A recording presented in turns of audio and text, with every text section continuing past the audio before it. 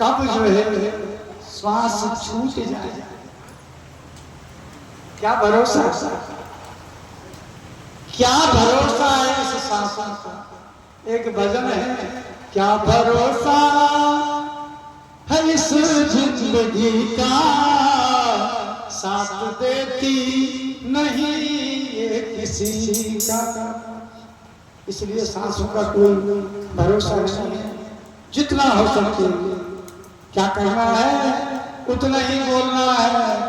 बोले हरि बोले हरि, हरि हरि बोल के सब माधव गोविंद बोल, के सब माधव गोविंद बोल। और जो है इधर मेरे भोले बाबा कथा आरंभ किए। पहले दिन की जब कथा शुरू हुई ना महाराज, तो मां पार्वती ने ओम ओम ओम शब्द का उच्चारण किया। भगवान ने कथा निरंतर चल रही है और भगवान जो मां पार्वती को कथा श्रवण करवाए वो आप और हमारे जैसे नहीं हुई। वो कथा निरंतर चली है, उस कथा में विराम नहीं हुआ। सुखदेव जी महाराज परीक्षित को जब कथा श्रवण करवा रहे हैं, आज भगवान सुखदेव जी का भी जन्म होगा, अभी जन्म की कथा चल रही है, इसके बाद परीक्षित का जन्म होगा। परीक्षित को श्राप मिलेगा, तो जब परीक्षित को श्राप दिए श्रृंगी ऋषि, तो उस समय उस कर्म में जो है सुखदेव जी महाराज परीक्षित को कथा श्रवण करवाए, तो वो कथा भी ऐसी चली, निरंतर चलती रही, 24 घंटा दिन रात विराम नहीं हुआ। और यहाँ भी ऐसी ही ये कथा निरंतर है। मां पार्वती को कहा गया ओम ओम ओम शब्द का उच्चारण करना, बस। पहले दिन की कथा, दूसरे दिन की कथा, तीसरे दिन की कथा, चौथे दिन की कथा, पांचवें दिन की जब कथा आई तो मां पार्वती को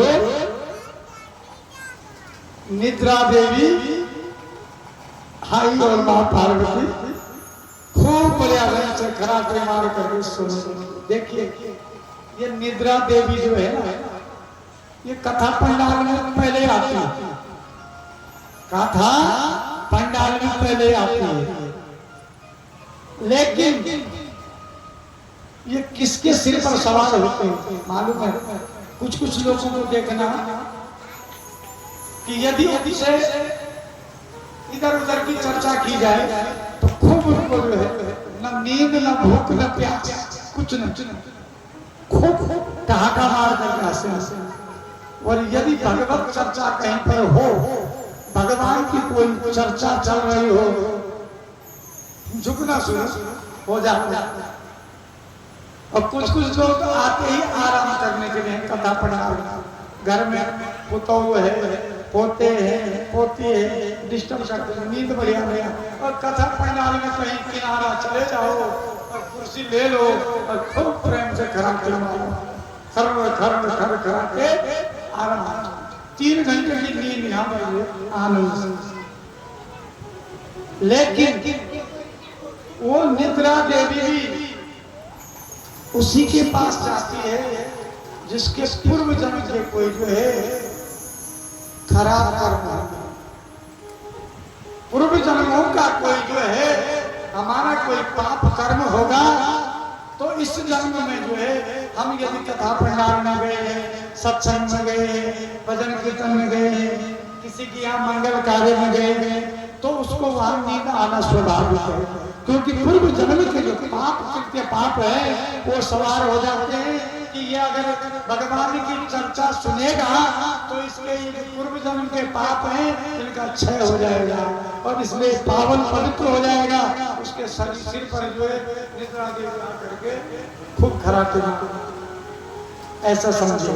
जिसको कथा में नींद आता है उसको सचेत हो जाना चाहिए कि पूर्व जन्म का कुछ जो है पाप कर्म हमारे ऊपर अभी भी शेष बचा हुआ है, इसको काटने के लिए खूब भगवत भजन करना है कि नहीं।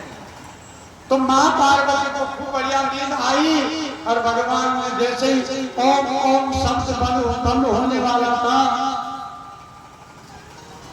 तो क्या हुआ, सोचे कि ओम शब्द बंद हो जाएगा।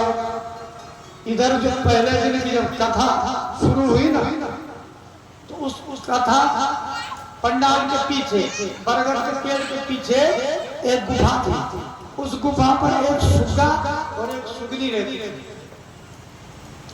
तो सुग्गा सुगनी जब रहती थी तो जैसे ही पहले दिन कथा आरंभ हुई तो सुगनी एक अंडा दे दिया, अंडा का प्रादुर्भाव हुआ।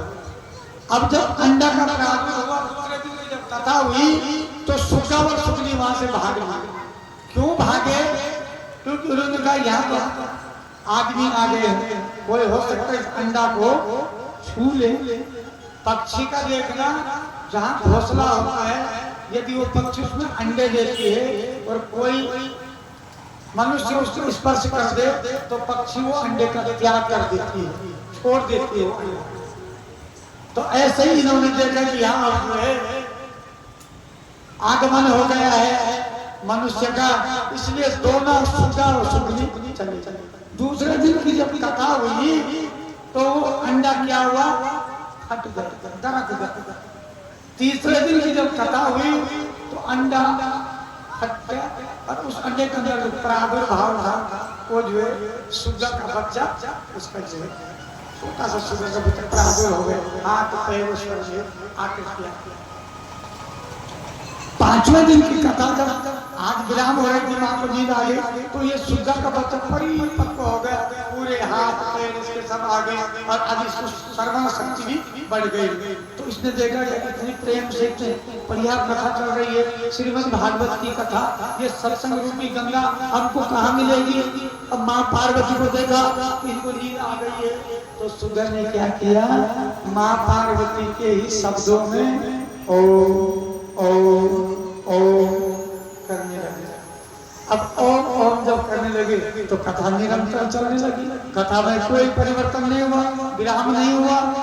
अब सातवें दिन की जब कथा पूरी हुई भगवान शंकर ने कहा प्रेम से बोले श्रीमद् भागवत महापुराण। जब जोर से जयकारा लगाया तो कथा पंडालों में जब जयकारा लगता है तो जो सोया हुआ होता वो भी जग जाता है, वो भी कहते अचानक। तो ऐसे ही माँ जब जगी, जयकारा हुआ तो माँ जग गई जय, और फिर कहने लगी कि चौथे दिन की कथा में क्या हुआ। भगवान ने कहा कैसे चौथे दिन की कथा में क्या हुआ, यहाँ तो पूरी कथा विराम हो गई है और आप चौथे दिन पर अभी पहुंची है। बोले स्वामी हमको नींद आ गया। बोले आपको नींद आ गया तो कथा ओम ओम शब्द को उच्चारण किया, कथा विराम कैसे नहीं हुई, आप ओम ओम शब्द की। बोले ना पीछे देखे ना तो सुग्गा का बच्चा, अरे इस सुग्गे के बच्चे ने कथा श्रवण की, मानो इसने ब्रह्म विद्या की चोरी कर दी। देखिए कथाओं का कुछ नियम है,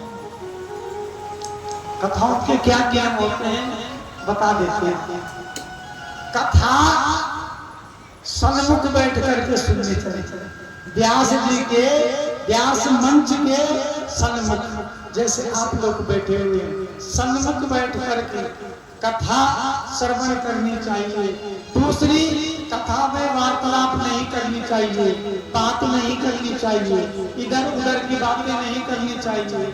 तीसरी, कथा जो है ऊंचे स्थान पर बैठ करके नहीं सुननी चाहिए, अपराध होता है। कुर्सी पर सोफा पर बैठ करके कथा सुनने से अपराध होता है, लेकिन किसके लिए, जो स्वस्थ है उसके लिए। अब जो अस्वस्थ है वो लेटे लेटे कथा श्रवण कर सकता है। ये कथा की नियम है, कथा को जो है भूमि पर पालथी मार करके बैठ करके श्रवण करना चाहिए। जो स्वस्थ है, जो अस्वस्थ है, आज पराए करके किसी के घुटने में दर्द है, किसी के कमर में दर्द है, तो इसलिए जो है कुर्सी है चली चली। लेकिन कथाओं के नियम है, कथा सम्मुख बैठ करके श्रवण करनी चाहिए, कथा भूमि पर बैठ करके श्रवण करनी चाहिए, कथा में वार्तालाप नहीं करनी चाहिए, अनावश्यक बातें नहीं करनी चाहिए। समझ में आ रहा है तो ठीक है, नहीं तो दूसरे का डिस्टर्ब भी नहीं करना चाहिए। तो ये कथा के नियम है। तो माँ पार्वती कही भैया हम तो चौथे दिन भगवान ने देखा है ये सुगा ने कथा श्रवण की है, मानो उसने ब्रह्म विद्या की चोरी की। कथा श्रवण करना सबका अधिकार है, अच्छी बात है, लेकिन कथा का नियम से श्रवण किया जाए तो उसका फल मिलता है। और कथा हम जो है अनियमित ढंग से सुनेंगे, अनियमित ढंग से सुनेंगे तो उसका फल जो है प्राप्त नहीं होता है। मानो इस सुगा ने कथा पीछे से सुनी, ब्रह्म विद्या की, एक तो इसने अपराध किया ब्रह्म विद्या की चोरी की, दूसरा इसने अपराध किया कि पीठ पृष्ठभाग से जो है कथा श्रवण। भगवान शंकर को क्रोध आया, छने रुष्टे छने तुष्टे रुष्टे तुष्टे छने छने। भगवान शंकर को गुस्सा आया, भगवान शंकर ने अपना त्रिशूल से सुगा के पीछे छोड़ दिया। अब सुगा जो है भागता गया, और सुगा कहाँ भागा? उत्तर दिशा की ओर, मेरी यहाँ मेरे घर की ओर, बद्रिका आश्रम की तरफ सीधा भागता भागता गया। और बद्रिका आश्रम में कौन रहते हैं? वेद व्यास। वेद व्यास जी का स्थान कहाँ है? बद्रिका आश्रम में साम्यप्रास नाम का उनकी एक परम कुटिया है, गुफा, देवभूमि उत्तराखंड में। बद्रिका आश्रम में साम्यप्रास नाम की गुफा है, उसी में वेद व्यास जी का जो है आश्रम है, वही वेद व्यास का आश्रम है। उनकी पत्नी का नाम है बिट्टिका देवी। और बिट्टिका देवी आज सुबह सुबह स्नान ध्यान से निवृत्त हुई और अपने केस झाड़ रही थी। सुबह सुबह केस पानी से गीले हो गए तो उनको सुखा रही थी। और भगवान वेद व्यास से कह रही है, वेद व्यास जी अब तो आपका भी और हमारा भी चौथा पन आ गया है, लेकिन कोई संतान नहीं। संतान हो जाती तो हमारा जो है ये शरीर पावन हो जाता। ऐसी चर्चा चली रही, इधर से सुगा आया, पीछे से भगवान शंकर का त्रिशूल आया। इतने में मां बिट्टिका को उबासी आई। उबासी होती ना, क्या वो जमुई, क्या बोलते हैं उबासी, क्या बोलते हैं अपनी भाषा में? जमाई, जमाई आई। और जमाई जैसे आई तो सुगा सीधे वहां से आया, पर मां बिट्टिका के मुख के रास्ते से मां बिट्टिका के गर्भ में चला गया। बोले सुखदेव महाराज की।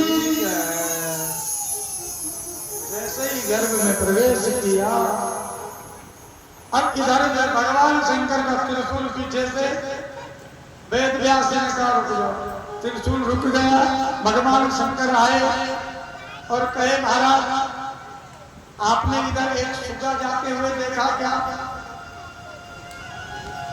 वेद व्यास जी महाराज पूछे सुगा का अपराध क्या है, क्या गलती किया है सुगा जो आपका त्रिशूल उसके पीछे मरने मारने पर उतारू हो गए हैं?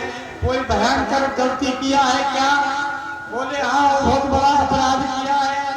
बोले क्या किया अपराध? बोले वो जो है अमर कथा श्रवण किया है। वेद व्यास जी कहे अमर कथा का फल क्या है? हे भोले बाबा उस अमर कथा का फल क्या है? उसको सुनने से क्या लाभ होता है? बोले अमर कथा को सुनने से महाराज वेद व्यास जी जो व्यक्ति अमर कथा सुनता है वो अमर हो जाता है, मरता नहीं है। तो वेद व्यास जी कहे भोले बाबा लगता है बूटी आज ज्यादा पी लिए, आज भांग जो है ज्यादा घोट करके पी लिए, निशा ज्यादा हो गया। जब उसने अमर कथा सुनी लिया है और अमर कथा का फल है कि वो मरता नहीं है, अमर हो जाता है, तो आप आए सुगा के पीछे त्रिशूल लेकर के भाग रहे हैं। उसने तो कथा का पान किया है। अरे भैया, कथा कथा होती है ना? कथा कैसे भी श्रवण करेंगे ना, आगे से पीछे से कुर्सी पर नीचे, तो काम करेगी अपना जो उसका काम है वो काम ही करेगी, पुण्य ही लाभ ही हमको होगा, हमारे जीवन में मंगल ही होगा।